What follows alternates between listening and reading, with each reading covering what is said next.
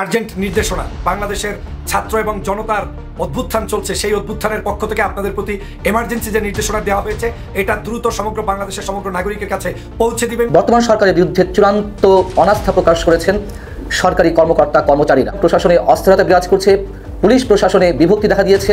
Police প্রশাসনে যে প্ল্যাটফর্মটি দাঁড়িয়েছে সরকারের বিরুদ্ধে সেটি হচ্ছে বৈষম্য বিরোধী পুলিশ পরিষদ। আওয়ামী লীগের রথী মহারথীরা ভেগে যাচ্ছেন, ভেগে যাওয়াই উচিত, কিন্তু এই মাঠে তাদের ভেগে যাওয়াটা আমাদের কাছে একটু হতাশার, বিশেষ করে যখন শামীম ওসমান সপরিবারে ভেগে যান। আরেকটা ভুল সিদ্ধান্ত। দর্শক, বর্তমান বাংলাদেশের যে রাজনৈতিক পরিস্থিতি এবং সারা বাংলাদেশে যে আন্দোলনের উত্তাপ ছড়িয়েছে, এরই প্রেক্ষাপটে আপনাদের জন্য বেশ কিছু গুরুত্বপূর্ণ ভিডিও নিয়ে হাজির হয়েছি। দর্শক মণ্ডলী, ভিডিওগুলো খুবই গুরুত্বপূর্ণ হতে চলেছে আপনাদের জন্য, যার কিছুটা অংশবিশেষ আপনারা ভিডিওর শুরুতেই দেখেছেন। আর ভিডিওর শুরুর অংশবিশেষগুলো দেখেই আপনি বুঝে নিয়েছেন আজকের নিউজটা ঠিক কোন দিকটাকে ইঙ্গিত করছে। তাই বলবো প্রিয় দর্শক, যারা ভিডিওটি অন করেছেন না টেনে সম্পূর্ণ ভিডিওটি দেখতে থাকুন। সেই সাথে প্রিয় দর্শক, যারা চ্যানেলটিতে নতুন আছেন তারা অবশ্যই চ্যানেলটি সাবস্ক্রাইব করে পাশে থাকা বেল আইকনটি ক্লিক করে দিন। আর যারা ইতিমধ্যে চ্যানেলটি সাবস্ক্রাইব করেছেন তাদের অসংখ্য ধন্যবাদ। তো চলুন ভিডিওটিতে একটি লাইক দিয়ে আমরা ধারাবাহিকভাবে সবগুলো ভিডিও দেখে আসি। আওয়ামী লীগের রথী মহারথীরা ভেগে যাচ্ছেন, ভেগে যাওয়াই উচিত, কিন্তু এই মাঠে তাদের ভেগে যাওয়াটা আমাদের কাছে একটু হতাশারও, বিশেষ করে যখন শামীম ওসমান সপরিবারে ভেগে যান। কেন একটু হতাশার সেটা আসবো, তার আগে আরেকটা নিউজ নিয়ে একটু কথা বলা দরকার বলে মনে করি, উইচ ইজ ভেরি ইম্পর্টেন্ট। বাংলাদেশের একজন রাষ্ট্রদূত যিনি বিদেশে নিযুক্ত আছেন, তিনি জনগণের দাবির সাথে একাত্ম হচ্ছেন। এটাও খুব গুরুত্বপূর্ণ একটা ইশারা, এবং আমরা আশা করি যারা প্রজাতন্ত্রের কর্মচারীরা আছেন, যাদেরকে আমরা সরকারি কর্মকর্তা কর্মচারী বলি, তারা এই সরকারের সাথে সহযোগিতা করা থেকে দূরে আসবেন। এটা অসহযোগিতার ডাক আছে। বাংলা আউটলুক বরাবরের মতো এই দুটো রিপোর্টই শামীম ওসমানের ভেগে যাওয়া এবং এই রাষ্ট্রদূত যে স্ট্যাটাস দিয়েছেন সেটা নিয়ে নিউজ করেছে, খুব চমৎকার নিউজ। বেলজিয়াম ও ইইউ নিযুক্ত বাংলাদেশি রাষ্ট্রদূতের শোষিতের পক্ষে অবস্থান। বাংলাদেশ সময় শুক্রবার সন্ধ্যায় যিনি রাষ্ট্রদূত আছেন, ওনার নাম হচ্ছে মাহবুব হাসান সালেহ। 9 সেপ্টেম্বর, উনি 2 আগস্ট সন্ধ্যায় লিখেছিলেন, 9 সেপ্টেম্বর 1973 আলজেরিয়ার রাজধানী আলজিয়ার্সে অনুষ্ঠিত চতুর্থ জোট নিরপেক্ষ সম্মেলনে জাতির পিতা শেখ মুজিবুর রহমান তার ভাষণে বলেছিলেন, বিশ্ব আজ দুভাগে বিভক্ত, শোষক আর শোষিত, আমি শোষিতের পক্ষে। বাংলাদেশের রাষ্ট্রদূত দ্বিতীয়বার লেখেন, আমি শোষিতের পক্ষে। আমরা বুঝতে পারছি উনি এটা যখন লিখছেন এটা খুবই গুরুত্বপূর্ণ। শুধু বেলজিয়াম, উনি ইইউতেও বাংলাদেশের রাষ্ট্রদূত হিসাবে নিযুক্ত।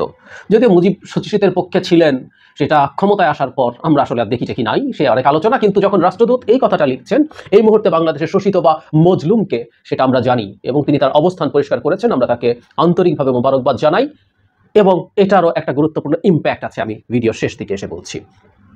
বাংলা আউটলুকের যে নিউজটা সবচেয়ে গুরুত্বপূর্ণ, তার আগে একটু বলে রাখি, আরেকটা নিউজ সোশ্যাল মিডিয়া ছড়িয়ে পড়ছে, জনাব ফজলুর তাপস, উনিও দেশ ছেড়ে পালাচ্ছেন। আমি এখনো নিশ্চিত না এটা এখনো ভেরিফাইড কিনা জানি না, তবে পালানোর কথা ওনাদের ওই পূর্ণ ক্ষমতায় থেকে পুলিশ মিলিটারি সব পক্ষে রেখে, রাস্তা ফাঁকা রেখে প্রধান বিচারপতিকে নামিয়ে দেওয়ার হ্যাডাম ট্যাডাম দেখাতে পারেন, কিন্তু এই জনগণের সামনে ফেস করার মতো সক্ষমতা এদের আর নাই। আর বহুবার বলেছি, আমি যদি আওয়ামী লীগ নেতা হতাম আমি এখন ভাগতাম। কেন? আমি তো আওয়ামী লীগ করেছি আসলে হালুয়া রুটি বাগানোর জন্য। থার্ড ক্লাস কতগুলো আদর্শ চেতনা ফেতনার কথা বলি তো আসলে মুখের কথা। আমাদের কাজ হলো এই তাপস কি পরিমাণ টাকা কামিয়েছে, কিভাবে কামিয়েছে, বহু মানুষ জানে। মানে এনারা তো বিরাট লোক, শুধু আওয়ামী নেতা না, শেখ পরিবারের সদস্য, তাদের বুঝিত পাড়ার টাউট বাটপাড়া কোটি কোটি টাকা কামিয়েছে। তো সবার ভেঙে যাওয়াই জেনুইন। আমি পাড়ার টাউট হলেও পালাইতাম। যাই হোক, জনাব শামীম ওসমান দেশ ছেড়ে পালিয়ে গেছেন। আমি আউটলুক থেকে পড়ি, নারায়ণগঞ্জের সংসদ সদস্য প্রভাবশালী আওয়ামী লীগ নেতা শামীম ওসমান তার পরিবার সদস্যদের নিয়ে থাইল্যান্ড চলে গেছেন। বাংলা আউটলুকের হাতে আসা নথিপত্র অনুসারে 30 জুলাই তিনিও তার পরিবারের 5 সদস্য থাইল্যান্ড গেছেন। পরিবারের অন্য সদস্যরা হলেন শামীম ওসমানের স্ত্রী সালমা ওসমান, মেয়ে লাবিবা জোহা অঙ্গনা, ছেলে ইমতিনান ওসমান, পুত্রবধূ ইরফানা আহমেদ রেশমি ও নাতি জোহা ইফরাইম ওসমান। আরজিয়ান, মাই গড, খুবই টাফ নাম। যাই হোক, তারা ভেগে গেছেন। এর আগে অবশ্য 2-1 দিন তাকে একটু কথা বলতে শুনেছি।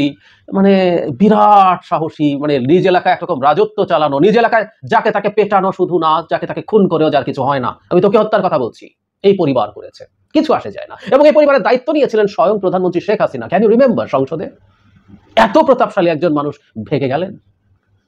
উনি তো খেলতে চেয়েছেন, ওনার খেলা হবে, মানে রাজনীতিকে নোংরামিতে পরিণত করার লোক। এবং এই নোংরা স্লোগানটাও শুধু বাংলাদেশ না, এটা পশ্চিমবঙ্গেও ছড়িয়ে গিয়েছিল, খেলা হবে। এবং তার সাধারণ সম্পাদক সকাল সন্ধ্যায় খেলা হবে কথা বলেন। প্রশ্ন হচ্ছে, চলে গেলেন কেন তাহলে খেলা ছেড়ে? এত প্রভাব, এত প্রতিপত্তি, এত হ্যারাম আপনার, একটু খেলতে থাকতেন। জনগণ আপনার সাথে খেলতে চেয়েছিল, জনগণ যে কয়েকজনের সাথে স্পেসিফিকলি খেলতে চেয়েছে, এর মধ্যে কিন্তু জনাব শামীম ওসমান আপনি একজন। জনগণের সাথে একটু খেলা একটু দেখতাম আপনি কত খেলতে পারেন, কত খেলোয়াড়। ওই যে বললাম, নির্বিচারে খুন করতে পারে এমন একটা পুলিশ বাহিনীকে রেখে, নির্বিচারে খুন করতে পারে এমন একটা ছাত্রলীগ, যুবলীগ, আওয়ামী লীগকে রেখে এসব কথা বলা যায়। খুব ক্লিয়ারলি দেখা গেছে। আগেও পালিয়েছিলেন আপনি, আমরা দেখেছি। আপনাদের পালানো সুখকর হবে না, সেটা নিয়ে আরেকদিন কথা বলবো, আরেকবার কথা বলবো। তবে হ্যাঁ, পালানোই স্বাভাবিক, পালানোই স্বাভাবিক। এদের তথাকথিত সাহস টাহস কি আমরা খুব ভালো মতো জানি, খুব ভালো মতো জানি। এবং যে ভিডিওর কথা বলছিলাম সেখানেও অতি কিউ কিউ করে করাকরণ বলি না আমরা, যে একেবারে মিউ মিউ কিউ কিউ করে কথা বলছেন, ওখানে ছাত্রদের প্রতি অ্যাপিল জানাচ্ছেন, তাদের বাবা মাকে বলছেন ঘরে নিয়ে যাওয়ার জন্য। এবং বিকল্প কি আছে? ঠিক আছে, সরে যাবে শেখ হাসিনা, তাহলে বিকল্প কি? ওই তৃতীয় শ্রেণীর কথাটা। এসব প্রশ্নের জবাবও দেওয়ার কোনো প্রয়োজন আছে বলে মনে করি না। আবার বলা যায় না, কথা নিয়ে বলতেও পারি। যাই হোক, ওনার সাথে আমাদের খেলা আসলে হবে, এখানে হোক, দেশের বাইরের মাটিতে হোক, দেশের বাইরেও বাঙালিরা আছে, বাংলাদেশিরা আছে, তারা তার সাথে খেলবেন নিশ্চয়ই। যে কথাটা বলছিলাম, দুটো ঘটনার খুব গুরুত্বপূর্ণ ইম্প্যাক্ট আছে। যে রাষ্ট্রদূত তার পক্ষ পরিবর্তন করেছেন, উনি সাহসের কাজ করেছেন, উনি জনগণের সাথে এসছেন, জনগণের সাথে উনি তার অবস্থান জানিয়েছেন। সাহস সংক্রামক। সুতরাং আমরা এক্সপেক্ট করব প্রজাতন্ত্রের অন্য যারা কর্মচারীরা আছেন, আমাদের যাদেরকে আমরা সরকারি কর্মকর্তা কর্মচারী বলি, তারা সরকারি কর্মকর্তা কর্মচারী নন, তারা প্রজাতন্ত্রের কর্মচারী। সুতরাং এই সরকার যখন অন্যায়ভাবে যা তা করতে চায়, তার পক্ষে দাঁড়ানোর কোনো দায়িত্ব তাদের নেই, বরং সেটা পালন করা তাদের অপরাধ। তাদেরকে এই কারণে জনগণ বেতন দেয় না। সুতরাং সময় আছে এবং আমি আশা করি তার এই সাহস সংক্রমিত হবে। আবার শামীম ওসমানের জিনিসটা খুব ইম্পর্টেন্ট, বা যারা তাপসও যদি পালিয়ে থাকেন, ভয়ও কিন্তু সংক্রামক। মানে শামীম ওসমান পালিয়ে গেছেন, তাপস পালিয়ে গেছেন, এইরকম মেসেজ মানুষের সামনে, আওয়ামী লীগের সামনে যদি যায়, সেটা এই অলরেডি পাকাপতে থাকা আওয়ামী লীগের বিরাট নেতাদেরই পাকাচ্ছে। এখন আর কেউ সামনে আসতে চাইছে। তারা গর্তে লুকাবে না, তারা এই গর্তটাও বাংলাদেশের গর্ত হলে হবে না, তারাও বিদেশে যাবেন এবং বিদেশের গর্তে লুকাতে চাইবেন, ওরা গর্তে থাকতে হবে। ওই যে বলছি, বিদেশেও বাংলাদেশিরা আছে, জনগণ তাদেরকে দেখে নেবে আসলে। সুতরাং এই ভীতিটাও ছড়িয়ে পড়বে বলে আমি বিশ্বাস করি। এর চেয়ে সুন্দর কিছু তার হয় না। আর্জেন্ট নির্দেশনা, বাংলাদেশের ছাত্র এবং জনতার অভ্যুত্থান চলছে, সেই অভ্যুত্থানের পক্ষ থেকে আপনাদের প্রতি এমার্জেন্সি যে নির্দেশনা দেওয়া হয়েছে, এটা দ্রুত সমগ্র বাংলাদেশের সমগ্র নাগরিকের কাছে পৌঁছে দিবেন। আগ বাড়িয়ে পিস বাড়িয়ে আর কোনো কথা বলার সুযোগ নেই, শুধুমাত্র তাদের নির্দেশনাগুলো আপনাদেরকে পড়ে শোনাচ্ছি। দ্রুত শেয়ার করুন, জাতিকে জানিয়ে দিন, প্রত্যেকটি নাগরিককে উদ্বুদ্ধ করুন। আজকের এই মুহূর্তে, আজকের ছাত্ররা যারা আন্দোলন করছেন, যারা দেশবাসীকে নিয়ে একটি গণ অভ্যুত্থানের দিকে যাচ্ছেন, তারা কয়েকটি নির্দেশনা আমাদেরকে দিয়েছেন অসহযোগ আন্দোলন পালন করার জন্য। নির্দেশনাগুলো প্রত্যেকে নিজে তার ফেসবুক ওয়ালে পোস্ট করবেন, বাসাবাড়িতে জানিয়ে দিবেন, আত্মীয় স্বজনকে জানিয়ে দিবেন, আপনার পরিচিত লোকজনকে জানিয়ে দিবেন। প্রত্যেকটি রাজনৈতিক নেতাকর্মী এই নির্দেশনা সম্পর্কে সতর্ক অবস্থানে থাকবেন। এক, অসহযোগ আন্দোলন সফল করতে মুক্তিকামী ছাত্র জনতার প্রতি বৈষম্য বিরোধী ছাত্র আন্দোলনের জরুরি নির্দেশনা। এক, কেউ কোনো ধরনের ট্যাক্স বা খাজনা প্রদান করবেন না, ট্যাক্স খাজনা কেউ প্রদান করবেন না। দুই, বিদ্যুৎ বিল, গ্যাস বিল, পানি বিল সহ কোনো ধরনের বিল পরিশোধ করবেন না। তিন, সকল ধরনের সরকারি বেসরকারি প্রতিষ্ঠান, অফিস আদালত, কল কারখানা বন্ধ থাকবে, আপনারা কেউ অফিসে যাবেন না, মাস শেষে বেতন তুলবেন। শিক্ষা প্রতিষ্ঠান সমূহের কার্যক্রম বন্ধ থাকবে। পাঁচ, প্রবাসীরা ব্যাংকিং চ্যানেলে কোনো ধরনের রেমিটেন্স দেশে পাঠাবেন না। এখানে আমার পরামর্শ হচ্ছে, কোনো ব্যাংকিং চ্যানেল নয়, কোনো চ্যানেলেই আপনি টাকা পাঠাবেন না। আগামী 3 মাস পর্যন্ত কোনো চ্যানেলে টাকা পাঠাবেন না, তারপরে দেখা যাবে কি হয়। 6, সকল ধরনের সরকারি সভা সেমিনার আয়োজন বর্জন করবেন। যদি এই ফেসিবাদ শেখ হাসিনা কোনো জায়গায় দাওয়াত দেয়, কেউ কোথাও যাবেন না। 7, বন্দরের কর্মীরা কাজে যোগ দিবেন না, কোনো ধরনের পণ্য খালাস করবেন না। 8, দেশে কোনো কলকারখানা চলবে না, গার্মেন্টস কর্মী ভাই বোনেরা কাজে যাবেন না। 9, গণপরিবহন বন্ধ থাকবে, শ্রমিকরা কেউ কাজে যাবেন না। 10, জরুরি ব্যক্তিগত লেনদেনের জন্য প্রতি সপ্তাহের রবিবার ব্যাংকগুলো খোলা থাকবে। 11, পুলিশ সদস্যরা রুটিন ডিউটি ব্যতীত কোনো ধরনের প্রোটোকল ডিউটি, রায়ট ডিউটি বা প্রোটেস্ট ডিউটিতে যাবেন না, শুধুমাত্র থানা পুলিশ নিয়মিত থানায় রুটিন ওয়ার্ক করবেন। 12, দেশ থেকে যেন একটি টাকাও পাচার না হয়, সকল অফশোর ট্রানজাকশন বন্ধ থাকবে। 13, বিজিবি ও নৌবাহিনী ব্যতীত অন্যান্য বাহিনী ক্যান্টনমেন্টের বাইরে ডিউটি পালন করবে না, বিজিবি ও নৌবাহিনী ব্যারাক ও কোস্টাল এলাকায় থাকবে। 14, আমলারা সচিবালয়ে যাবেন না, ডিসি বা উপজেলা কর্মকর্তা নিজ নিজ কার্যালয়ে যাবেন না। 15, বিলাস দ্রব্যের দোকান, শোরুম, বিপণী বিতান, হোটেল মোটেল রেস্টুরেন্ট বন্ধ থাকবে। এরপরে হাসপাতাল, ফার্মেসি, জরুরি পরিবহন সেবা যেমন ঔষধ, চিকিৎসা সরঞ্জাম পরিবহন, অ্যাম্বুলেন্স সেবা, ফায়ার সার্ভিস, গণমাধ্যম, নিত্য প্রয়োজনীয় দ্রব্য পরিবহন, জরুরি ইন্টারনেট সেবা, জরুরি ত্রাণ সহায়তা ও ওই খাতে কর্তব্যরত কর্মকর্তা কর্মচারী পরিবহন সেবা চালু থাকবে। নিত্য প্রয়োজনীয় দ্রব্যের দোকানপাট বেলা 11টা থেকে 1টা পর্যন্ত খোলা থাকবে। যেটা নির্দেশনা যে দিয়েছেন, আহ্বান যে জানিয়েছেন আসিফ মাহমুদ, সমন্বয়ক বৈষম্য বিরোধী ছাত্র আন্দোলন, এবং বর্তমানে তারা সমন্বয়ক বাংলাদেশের ছাত্র এবং জনতার যে গণ অভ্যুত্থান, এই অভ্যুত্থানের সমন্বয়ক। আপনাদের কাছে অনুরোধ হচ্ছে আমাদের এই অসহযোগ আন্দোলন সফল করতে দেশে বিদেশে যারা যেখানে আছেন সবাই মিলে আপনার স্ব স্থানে দায়িত্ব পালন করবেন এবং বাংলাদেশের এই ফেসিবাদী শেখ হাসিনার হাতকে দুর্বল করে দিবেন। কোনো অবস্থায় পদত্যাগ করার আগ পর্যন্ত বাংলাদেশের আর কোনো কিছু চলতে দেয়া হবে না। সব কিছুকে বন্ধ করে ফেসিবাদের পতন ঘটিয়ে মানুষের স্বাধীনতা নিশ্চিত করাই হচ্ছে আমাদের কাজ। ভিডিওটি সবাই শেয়ার করুন, অন্যদেরকে জানিয়ে দিন। সবাইকে ধন্যবাদ। আরেকটা ভুল সিদ্ধান্ত আমার কাছে মনে হয় আর কি। আমি তো আর এত রাজনীতি বুঝি না বা প্রশাসন বুঝি না, তবে আমজনতার পালসটাকে বুঝি। যে কোনো স্রোত এটা একটা সিস্টেমে চলে, বাট এটার যদি আপনি বাধা দেন, এবার এই স্রোতটা সামনে থাকা দেয়াল হোক, জঙ্গল হোক, মানুষ হোক, যা সামনে পাবে ঠেলা নিয়ে যাবে। কারণ দুইটা জিনিস বাধা পাইলে বাইরে যায়, এক হচ্ছে প্রীতি মানে প্রেম ভালোবাসা, আরেকটা হচ্ছে আন্দোলন। আজকে আবারও আমরা দেখছি গতকালকে সারা বাংলাদেশে যা ঘটছে, গত 2 দিন কিছুটা পজিটিভ চিত্র আইন শৃঙ্খলা বাহিনীর দিক থেকে ছিল। কিছু জায়গায় কোনটা যে সেনাবাহিনী যে কার্যত মাঠে আছে আমরা কিন্তু দেখছি না। দেখছেন কোথাও? আমি কালকের ফুটেজগুলোতে সেনাবাহিনীকে দেখি নাই। কারফিউ শিথিল আছে সম্ভবত সেই কারণে, অথবা বিভিন্ন কারণে সেনাবাহিনী আপাতত মাঠে দৃশ্যমান না। পাশাপাশি আমাদের বর্ডার গার্ড মানে বিজিবি, তারাও কিন্তু গতকালকে ওইভাবে তাদেরকে আমরা দেখি নাই। কিন্তু আজকে হঠাৎ করে আবারও এই বর্ডার গার্ড বাংলাদেশের যেই আবার ডাক পড়ছে, বিভিন্ন জায়গায় হিউজ পরিমাণ বর্ডার গার্ড নামানো হচ্ছে, সেইটা কিন্তু হিতে বিপরীতই হবে আর বিজেপির বদনাম হয়ে যাবে। অলরেডি অনেক বদনাম হয়ে গেছে। এখন হঠাৎ করে কেন এই সিদ্ধান্ত?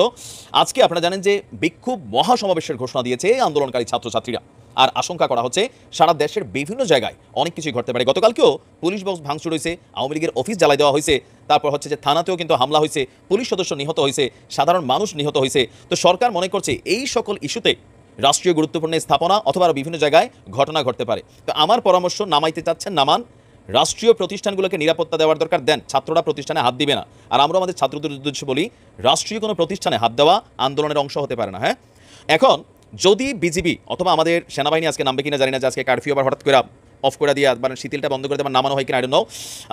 বলা হচ্ছে যে ছাত্র আন্দোলনের ব্যানারে গতকালকে যে গণমিছিল হয়েছে, এতে একাধিক স্থানে সংঘর্ষ, ভাঙচুর এবং গুলিবিদ্ধের খবর হয়েছে।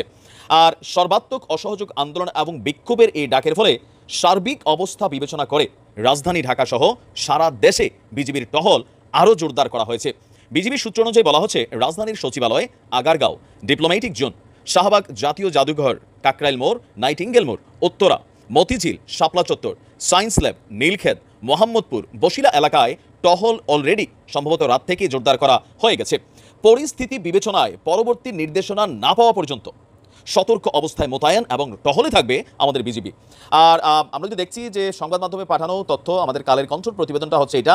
এছাড়াও সারা বাংলাদেশের বিভিন্ন জায়গায় আমাদের আনসার পুলিশ, এপিবিএন, পাশাপাশি র্যাবেরও কিন্তু আজকে কড়া মহড়া থাকবে। তবে সেনাবাহিনীর ইস্যুটা আমি এখন পর্যন্ত কোনো গণমাধ্যমের মধ্যে পাই নাই। যদি পাইতাম তাহলে সেটা আপনাদেরকে জানাইতাম। তো এই যে সিদ্ধান্তটা ফাইন, কিন্তু বিজিবি কি যেন কোনোভাবেই ছাত্রদের বা এই আন্দোলনের মিছিলের মুখোমুখি করা না হয়। আর ছাত্র ভাইদেরকে বলি, কোনো বিজিবির গায়ে হাত তোলা, নিজেরা থেকে ইচ্ছা করে পুলিশের গায়ে হাত তোলা, সেটাও করা যাবে না। হ্যাঁ, যদি ভাই পুলিশ আইসা ভাই অতি উৎসাহী হয়েছে গালাগালি করে, রাবার বুলেট মারে, তো প্রত্যেকটা মানুষেরই তো জীবনের দাম আছে। রাষ্ট্র পুলিশকে সেই ক্ষমতা দিছে সেলফ ডিফেন্সে ফায়ার করা। তো আমারও তো ব্যক্তি একটা নিরাপত্তা আছে নিজেরে, আমার তো রাষ্ট্র দেয় না, আমার আমি দিচ্ছি। যদি আমার উপরে গুলি নিতে নেয় ভাই, আমি তো পাল্টা ভাই ধর্মই, এটাই নিয়ম, তাই না? বাট নিজেদের থেকে আগে গিয়ে কোনো ধরনের বিবাদে বা সহিংসতায় জড়ানোর সুযোগ নেই, তাহলে আন্দোলনটা অন্যদিকে চলে যাবে। রাষ্ট্রীয় কোনো গুরুত্বপূর্ণ স্থাপনা, কোনো প্রাইভেট প্রপার্টি, একজন মানুষের গাড়ি, একটা ঠেলাওয়ালা রিক্সা, কারো একটা হুন্ডাই, এটা হয়তো তার বেঁচে থাকার অন্যতম একটা উপায়, হয়তো সে পাঠাও বা রাইড শেয়ার হিসেবে কাজ করে। সো কোনো রকম জ্বালাও পোড়া আন্দোলনে যাওয়া যাবে না। কিন্তু আইনশৃঙ্খলা বাহিনীকে আমরা একই কথা বলি যে আপনারাও নমুনাটা একটু দেখেন। একজন পুলিশের বউয়ের কান্না দেখছেন না, এরকম হাজার হাজার কান্না কিন্তু হয়ে যেতে পারে ভাই। পরিস্থিতি খারাপ হইতে পারে, পরিস্থিতিটা অনেকে আঁচ করতে পারতেছেন, মনে করতেছে যে আগের মতোই। নো, এই সিচুয়েশনটা আলাদা, দেশে এই পরিস্থিতিটা আলাদা। কোনো একটা পক্ষের উত্তেজিত ভূমিকা একটা রায়ট ক্রিয়েট করে ফেলবে, প্রাণ ঝরে যাবে, এরপরে কেউ কানবে, আবার এই আওয়ামী লীগ হয়তো ক্ষমতায় থাকবে, বিএনপি ক্ষমতায় থাকবে, রাজনীতি তারাই করবে, তাদের মন্ত্রী এমপিরা পয়সা টয়সা কামাবে। এই ছাত্ররা আবার হয়তো 10 বছর পরে বিএনপি ক্ষমতার সময় আবার তারা রাজপথে নামবে, এই কোটা নিয়ে, দুর্নীতি নিয়ে। কারণ এটাই তো আমাদের ইতিহাস বারবার পুনরাবৃত্ত হচ্ছে। এই দলগুলাই প্রয়োজনে একসাথে হয়, এক একজন সাধু সাজে। এরশাদের সময় দেখছি না সব এরকম সাধু সাজছিল না? তা আবার তো এই ক্ষমতা নিয়ে কারাকারি, পিটাপিটি, মারামারি, দুর্নীতি, লুটপাট, এটাই হয়ে গেছে রাষ্ট্রের সিস্টেম। হাতে গোনা 1000 জনে হয়তো 2 জন ভালো পাওয়া যায়। তো আমরা চাই না কোনো রকম এরকম অস্থিতিশীল একটা সিচুয়েশন তৈরি হোক। তো বিজেপিকে আমরা বলবো, বা যারাই আছেন আপনারাও গরিব ঘরের সন্তান, যে ছাত্ররা আন্দোলন করতেছে তারাও গরিবের সন্তান। অতি উৎসাহী ভূমিকা নিয়ে এই পিস্তলিস্তানে ঠুসটাস মারা, অপ্রয়োজনীয় টিয়ার শেলি আপনি কেন মারবেন? রাবার বুলেটই কেন মারবেন? রাবার বুলেটও নির্দিষ্ট একটা দূরত্বের বেশি কাছে গিয়ে মারলে এটা থেকে মানুষ মারা যায়, চোখ নষ্ট হয়ে যায়, আহত হয়, পঙ্গু হয়, লাইফটা আটকায় যায়। আপনারাও ধৈর্যের পরিচয় দিবেন। দর্শক মণ্ডলী, আমি আশা করছি আজকের নিউজটি আপনি খুবই মনোযোগ দিয়ে দেখেছেন। সেই সাথে প্রিয় দর্শক, ভিডিওটি সম্পর্কিত যদি কোনো তথ্য বা মতামত থাকে তাহলে অবশ্যই কমেন্ট করে জানিয়ে দিন।